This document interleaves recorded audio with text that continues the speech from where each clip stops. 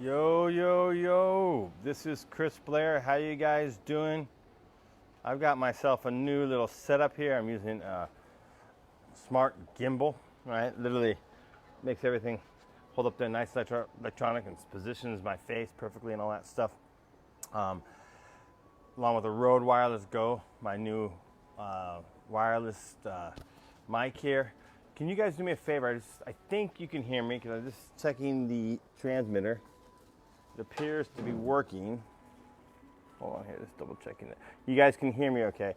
Can you just do me a favor? Because this is the first time I'm using the system for a live stream, so I just want to make sure you guys can hear me. Can you type into the comment section that you can hear me okay and you're getting my sound?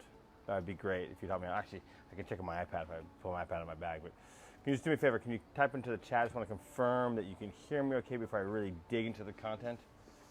Okay, I've got people on, but they're not commenting, so that tells me maybe you're not hearing me. Okay. Oh, you can hear me. Beautiful, beautiful. Sorry, guys. This is a whole new system. I got myself a whole new rig here to do videos. So, it's awesome. Okay, cool. All right, sorry. I picked up one of these. Really got one of these lavalier clips, Rode Wireless Go.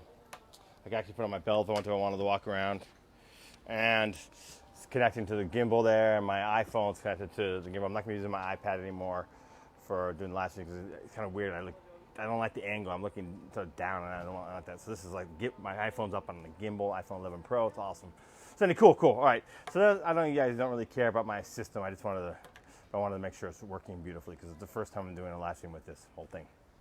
All right, beautiful. So guys, first I want to talk about the two cool concepts that are really important today, and that is product testing and Facebook ads system for product testing. Now, guys, I want you guys to understand something here, that in my course of Mastermind, there's hours and hours of content on this, okay? I mean, I see Ballon, who's on I can read his name in Japanese. He's on this live stream. He can type in that there's tons of content. So even though I'm going to give you some basics and get you started on this today in this live video, you got to understand there's no possible way I can condense hours of content into 10-minute, 15-minute video. It's impossible. Okay, so if you're going to want to get the details, you're going to have to sign up for my coaching, or you're going to have to join my course of Mastermind.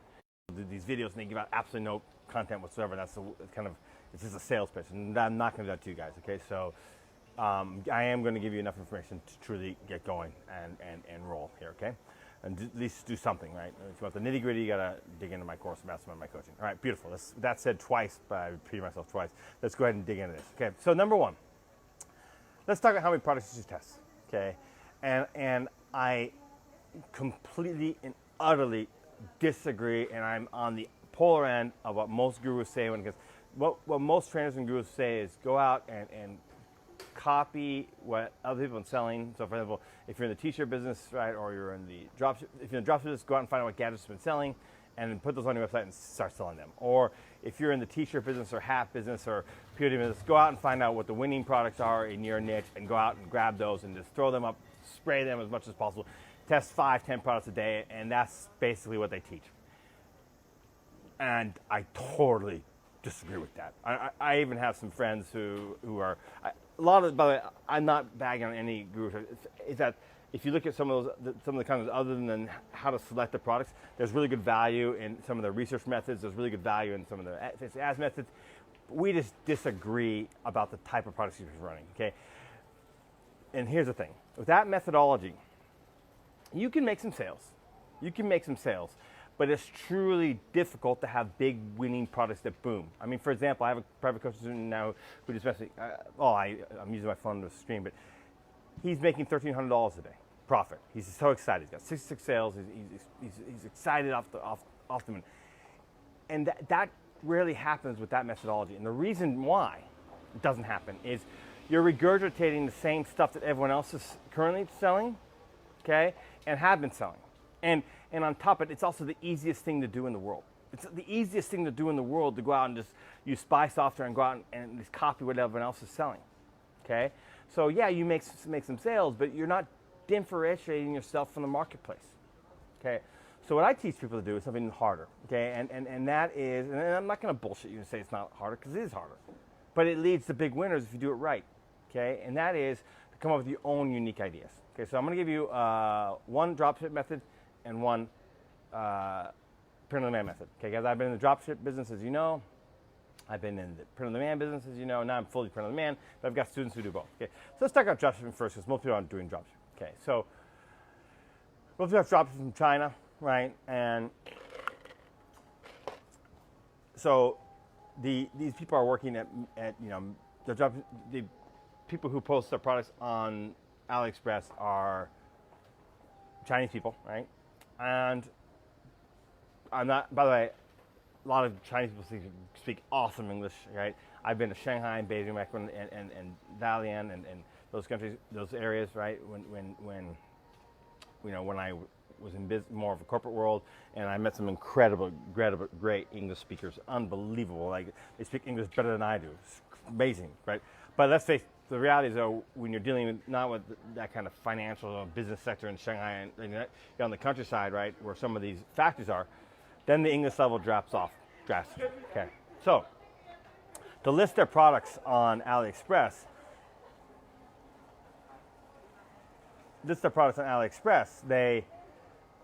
they use translation apps, right? A lot of them use Google Translate. Okay, so they will post, and they'll often choose the wrong word. Okay, or they'll often just choose, the translation will often be off, right? It'll be a word that has a similar meaning to the word you're looking for. For example, I've seen necklaces posted with all sorts of different terminology, right? Terminology that I don't even use. Okay, and so what I'd like to teach my dropshipping students to do is go to Honest Thesaurus, type in the word necklace, bracelet, gadget, brace, or whatever it is that you're trying to come up with, and see what the other words are that the thesaurus recommends. This is beautiful, because what happens is you end up searching for example, I don't know, photography, not photography, whatever else the thesaurus suggests. You end up searching differently than everyone else is. And so now you're seeing a whole list of products that none of your competitors are looking at, okay? And so then you got some unique stuff. But then here, guys, so you're probably saying to yourself, well, how do I know these are winning products? And the answer is you don't. The answer is you don't. You got to test them. But here's the thing. This is why, another reason why, even if you're running a dropship store, right, I usually recommend, unless you're willing to really dig into and do a lot of product research. I actually working with right now someone who's got a general dropship store and having a lot of success. But this person's got a lot of time on his hands. He does this full time, and he can spend hours and hours researching products every single day. So that'll work. But for the average person who's working, right, got a regular job, and you've got maybe an hour or 2 hours a day to spend on your business, on this Shopify Ecom thing, right? It's a side hustle, right? Well, you don't have time for that. So what I recommend is that you master one niche. You focus on one niche. And as you get to know that niche more and more, you can go on AliExpress and use the words from the thesaurus and find the stuff that's not been hit before, not been tested by other marketers, and look at that and say to yourself, wait a minute. That, I think, has a chance. So the first step is to filter by your own knowledge and your own gut feeling that, hey, look, this, even though it's not been selling, right, even though it's not a bestseller on AliExpress, this has a chance. And the reason why a lot of these things are not bestsellers in AliExpress is not because they could not sell. I sold, back in 2015, I sold 5,000 of a certain bracelet, right? Sold them out. It was a really long story. There's a lot of frustration with that I found on page like 17 of an AliExpress search, okay? But I knew a lot about the niche that I was in at the time. And I understood that when I looked at that product, I said, wow, man, marketed right, that could sell. So there's a lot of hidden gold on AliExpress. You'd be shocked. Stuff that no one's ever noticed. And so that's why it's not a bestseller, is because no one's ever noticed it and put in the proper marketing effort on it. So you can do that, all right? So let's talk a little bit more about, let's jump to print-on-demand. Okay. You've heard me say this in different videos, but I'm going to just throw out the same idea again because this is so immensely powerful. Okay. And students do this all the time and they get results with it, okay? Open up 2 tabs in Google Chrome or Firefox or Internet Explorer, whatever you want to use, right? Doesn't matter. You just need 2 tabs. Open both the Google images, okay? So you got 1 tab of Google images and 1 tab of Google images, okay? And let's just say that, okay, guys, you know I'm in the beer niche, right? You guys can go check out I've got 2 businesses. One is an agreement with my partner. I have to keep it secret, and I will never reveal it because when we get into the business together, he's like, Chris, you're a coach or a trainer, you're way out there, you know, your stuff's out there, so I don't want, this business might get discovered, but we want people to find it through their own research thing. We don't want, this because you're coaching and training, right, to increase our competition. So fair enough, I agree to that, so I can't talk about that. That's a requirement, but I'm open about my other business, right, and that's one I fully own. Last Beer Standing. You can go check out the website, check out our fan page. We got almost 600,000 fans. Anyway, so I search for products in the beer niche, right? I'm searching for ideas in the beer niche, okay?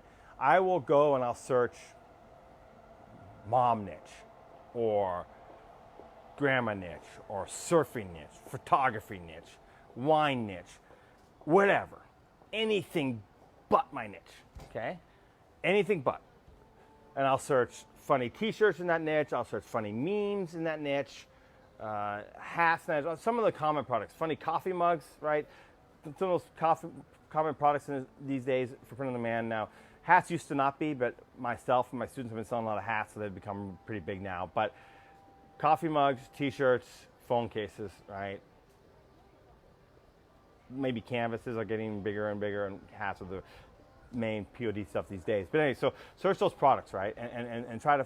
So what you do is you search those things, right?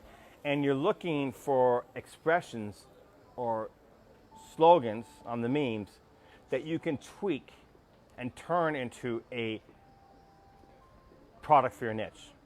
So let me give you a horrible example. Okay, this is not a good example, and I know this. I've seen this done over and over again, and I wouldn't do this. But for the demonstration purposes, I'm going to give you this really bad example that won't sell, because it'll illustrate the point, right? Because actually, this takes some effort and time. So let's just say I saw a shirt and I searched the tennis niche, and I say, tennis makes me happy, and I see the shirt says, tennis makes me happy, you not so much. Okay, that's something that's been regurgitated over and over again. Don't use that expression. Okay, been used in every single niche 100 million times. Well, I could easily go and turn that to beer makes me happy, you not so much. But here's the thing, if it's too easy, that's probably not a good one. That means it's probably been done over and over and over again. So what I like to do, that brings me to the second step, which is the key. This next step is really, really key, okay? So after I've come up with my idea, by searching in one Google tab with Google Images saying, look, I'm looking for just the base ideas for inspiration. Then I go into the second Google tab and I will search that very idea. I'll say, beer makes me happy, you not so much, t-shirt, or whatever. And yeah, t-shirt, usually t-shirt, because t-shirt's a good thing to base on because that's the most popular item by far. This is what most people sell. And if I see a lot of t-shirts with that exact slogan or expression, I know that is not a good idea to use because it's been done over and over again. Again, what I'm encouraging you to do is to seek out and create new original ideas, guys. And here's the thing. One new idea, original idea test a day is infinitely better and gives you much better chance of success than regurgitating 5 to 10 new ideas everyone else has been selling over again. Just to grab that stuff, get a design made, or grab that stuff out of AliExpress and throw it up and start advertising it, right? One original, well thought out, well researched idea a day is all you need. If you have time, 2 would be awesome. But if you stick with 1 a day, I can't guarantee, and anyway, any coach or who guarantees success is lying, okay? And you guys will never hear me say that. I don't guarantee, because here's the reality. McDonald's can sell you a McDonald's franchise right now today, right? And they got a system in place. They're the most successful franchise operation in the world. And yet McDonald's businesses go out of business all the time, okay? And they provide you everything, right? Well, it's the same thing with my training course group and any other training course group from any other group. All I can teach you is what's working for me and what's worked for my students in the past and what I know can work, okay? But I can't guarantee results. But anyway, the point is this, though. If you follow that methodology, you have a good chance of finding something that'll work and hit. Okay, now, For testing, this gets a little complicated, and there's no way I can go into the nitty-gritty. But first I start off with a $5 PPE ad, right? And what we're looking for there is comments and shares. Now we have a whole system on that in my course in Mastermind, but we're looking for comments and shares, okay? Not likes. Likes are meaningless, guys. People like stuff all the time. Okay, all right, let me give you an example. I'm kind of it's complicated. Maybe I shouldn't bring up politics, but let's just say, okay, I will like things that my friends like, right, or post, right, or things I see in the news feed that I think are cute or funny or whatever. I'll like that stuff all the time, and so will a lot of people, right? But that's not genuine interest. That's not genuine. Say, hey, I am interested in that. So when you launch a product, you're looking for comments and shares out of the gate in the initial $5 spend, right? If you're getting comments and shares, that shows that these people are showing some interest in that. Okay, and I have a whole methodology on how to analyze that. And then again, that video alone is 15, 20 minutes in my course. No, it's like 17 minutes of video. So anyway, I want to give you guys the basic system here so that you can get going. I can't go into the details. Okay. Next, I like to go with conversion ads, ABO. Either purchase optimization or add to cart optimization. Both work. They actually both work. Okay. Now, a lot of people say, why not CBO? Okay. It's really ironic because in preparation for Facebook phasing out ABO conversion ad methodology, I actually worked really hard and spent a lot of money and time learning and creating a CBO testing method. But in my opinion, honestly, for testing initial ad, I think ABO actually works better than CBO. I just think it does. And this is from running a lot of ads. So I like to do, once I pass the PPA stage, the engagement stage, I like to go to 3 to 5, actually 2 to 5, depends on how my feeling on this product has a chance to be a winner. And by sometimes, the reason why I also, even the stuff I'm not so sure about, and I got some engagement, not a great amount of engagement, I do the 2, and then something starts selling. So that's why you have to definitely do conversion ads if you have some good amount of engagement on your post. So I do 2 to 5 conversion ads depending on my feeling. It's sort of a gut feeling, right, of how I think this might or might not be. But I've had some products I've had some doubt about, put 2 conversion ads and starts making sales, so I have to add more and more and more. But I like to do 2 to 5 $5 conversion ads. Okay, ad set level optimization, ABO. Okay. Then I'm looking for the results. I'm looking for link clicks, add to carts, purchases. A lot of people say, do you pay attention to cost per impression and all that other stuff? Dude, I don't give a shit what the cost per impression is. I mean, why does that even matter? All I care about is the action that's being taken on my ad. Are they link clicking? Are they adding the cart? And are they purchasing? So that's the data I'm looking at. I could care less about cost per impression. In fact, I have a standard form that I've created, and I have a whole 28-minute video in my course Mastermind on how to analyze the ads and how to make quick decisions. Guys, you can turn off a lot of your ad sets after $3 and $4 an ad spend if you know how to read the data properly. But a lot of people spend way too much on testing with conversion ads when the data is staring them in the face and telling them it's not going to work. So then, yeah, that's stage 1 testing. Assuming that passes stage 1 testing, I add even more, and I'll even add like a $10. And sometimes lately I've been throwing in $20 ABOs, and I start scaling up from there. Once I really, after 3 or 4 or 5 days, get something that's working, then I start testing out big budget CBOs. CBOs work great with big budgets. I find they don't work that great with small budgets. Okay, and when I'm talking about big budgets, at least $50, but 100, 150, and more, right? Various ad sets underneath the CBO. All right, so that's the basic methodology. If you guys want, obviously, I just condensed hours of training into a short little thing, but I gave you enough information that you could go out and jump and get going, regardless of whether you join my course or mastermind. That's what I promised in the beginning of this video, right? Even I can't stand when I sit down and watch a video and it's just a pitch with no value whatsoever, and I won't do that to you. Okay, all right, so if you're interested in my course, Mastermind, private message me. If you're interested in my coaching, private message me. I'll take a look at some questions. By the way, Chris Blair is amazing. I have 16 plus original design. Thank you for the compliment. Matt says, by the way, Chris Blair's training is amazing. I have 16 plus designs to test. I can do ABO at once. I would do tests 2 or 3 at a time. I would not test them all at once. But start with the PPE method. Brown, you're in the course group, I know, so you know what I'm talking about. Yeah, test 1 or 2 shirts a day, or anything. It doesn't have to be a t-shirt, guys. In fact, I would encourage you guys to test things other than t-shirts. There's tons of stuff that can sell other than t-shirts.